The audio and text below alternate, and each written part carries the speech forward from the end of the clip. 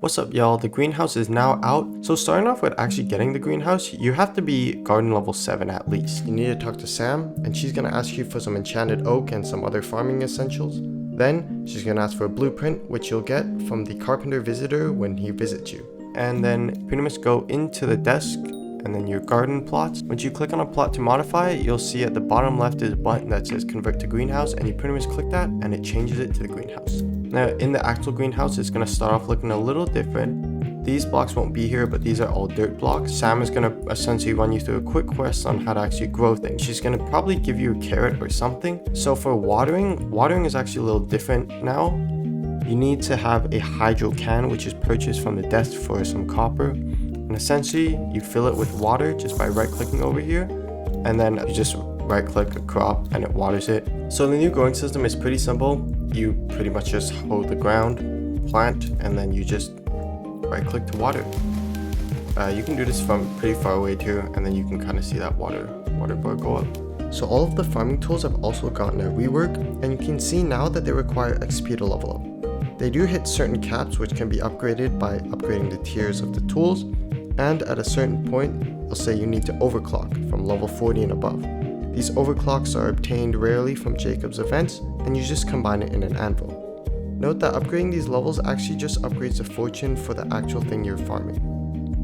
And next up, we're going to be talking about some of the armor. So there's going to be a new Fermento that can be dropped, the Helianthus. And this you can see is a really small chance with the Fermento armor, and use it to craft condensed Helianthus, and this you can use to craft Helianthus armor.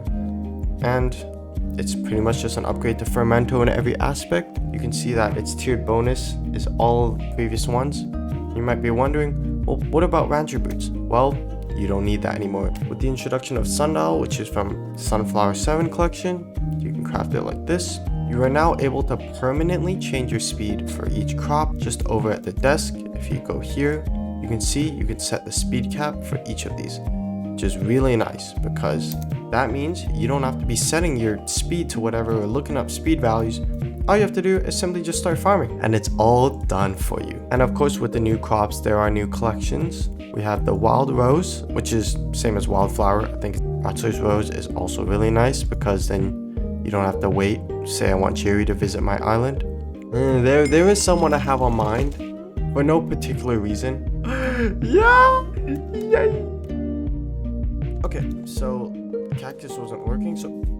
Oh my god! You know where to find me, that's all I'm like. What you looking at, boy? This is Moonflower, and then finally there's Sunflower Collection. You can see that there's actually a new line of minions, which means with this you can now get 32 minion slots. You might be wondering, well, how do you actually get these crops? Well, you can go to the plots, and then you can kind of select a preset, and then you can see Sunflower there, Wild Rose. As for Moonflower, it's pretty simple. You just farm Sunflower during the nighttime, and you automatically just get Moonflower instead of Sunflower. Now, quickly, what chips are, they're essentially like attribute shards almost. Once you put these chips in, there's a new thing called Sawdust, and it's almost like a currency. And pretty much as you upgrade them, it gets more stats. Simple as that. But if you want to take these stats even further, you have to use more chips to upgrade the rarity, which you upgrade it more with Sawdust. And here you can see the levels. It goes from 10, 15, and 20. In total, you need around 250 million Sawdust to max all of them, which shouldn't be too bad if you max out all your crops. And feel free to pause to read any of these more in depth, but...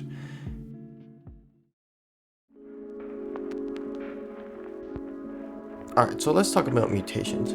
So I went ahead and pretty much found every single mutation, minus this one, and more on that later.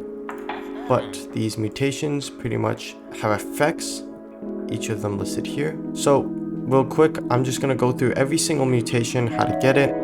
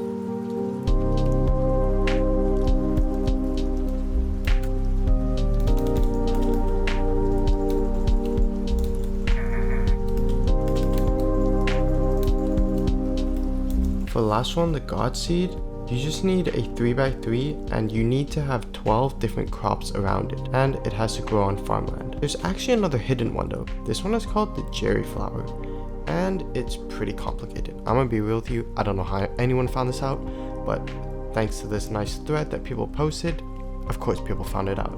I have missed some of the mutations, but those are all the pretty common ones which follow a similar pattern, so it shouldn't be too hard to follow. To actually analyze the mutations, you have to do the Beth quest, so when she visits you, it'll be a similar process where you talk to her, then you go find Jake's labs. The coordinates are here, and I'll put them in the description as well.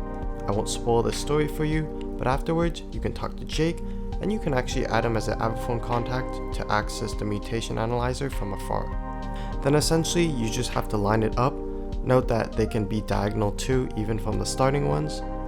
And some of these do get pretty expensive, but you get a lot of copper from this. This has some nice XP as well as some talismans and some sacks. In order to use the batch mutation analyzer, you have to analyze them once uniquely. So besides that, there's actually also some new bestiary for this island: Dragonfly, Praying Mantis, the Firefly, the Timestalk clone, and the Zombud.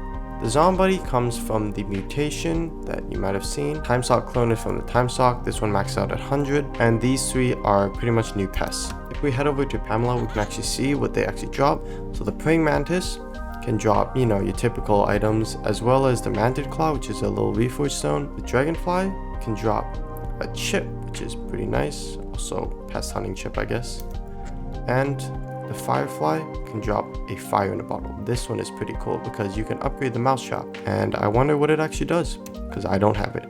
And that's pretty much it for the greenhouse as well as all the mutations. If you have any questions, please do let me know, and as always, thanks for watching.